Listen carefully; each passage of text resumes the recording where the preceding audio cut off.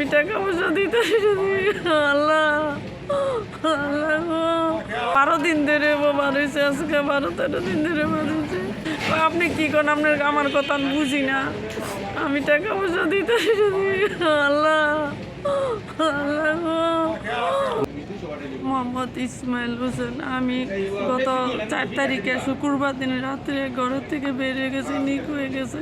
আমি 4 তারিখে আমি থানাতে করছি, জিটি করছি, ওর নামে মামলা করছি। তারপরও কোনো খোঁজ খবর হইতেছে না, এই পর্যন্ত কোনো খবরই পাইতেছি না। আজকে আমি গরিব হইলাম, কোনো গুরুত্ব দিতেছে না।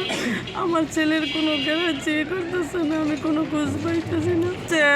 আপনার কোনো কথাই বুঝতেছি না, আপনি কী করেন? আমি বউয়ে রইলাম, এসে বললাম যে স্যার আপনি তো আমার কথাই বুঝেন না, কী করবো?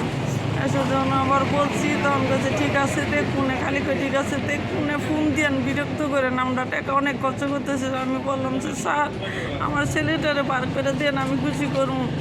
আমি তো হুইসারিতে কাজ করি, আমি তো কোনো এমন না যে টাকা পয়সা থাকলে আমি সাথে সাথেই দিয়ে যেতাম।